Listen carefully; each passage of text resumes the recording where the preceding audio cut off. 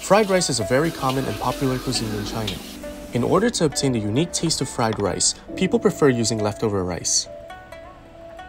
A headline got our attention. A woman suing a buffet for $1 million after she said she came down with something called fried rice syndrome. So we want to know, is it really a legitimate illness? However, eating contaminated fried rice may cause fried rice syndrome, which includes vomiting, nausea, diarrhea, or even death.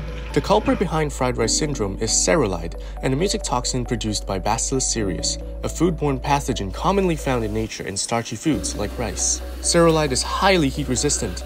Therefore, normal cooking procedures or even thorough reheating cannot eliminate Cereulide from foods.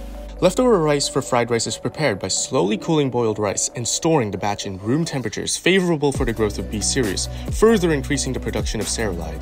To detect Cereulide in food samples, the only current method is to send food samples to testing laboratories, which is time-consuming and expensive. Therefore, we developed Cereulite, a more convenient, faster, and easier way of detecting Cereulide to protect consumers' health. Just take a bit of rice, squash it with a buffer in a tube, and drop the sample onto the test kit. If Cereulite is present in the sample, potassium ions will leak from our genetically engineered Bacillus subtilis.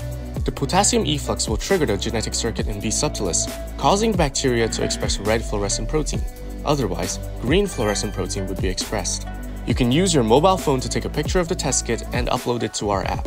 Then, our system will give an estimated Cereulite concentration in your food sample and display the test result. With our Cereulite test kits, restaurants or food suppliers can easily monitor their food safety on site. Be serious, be Cereufree with Cereulite!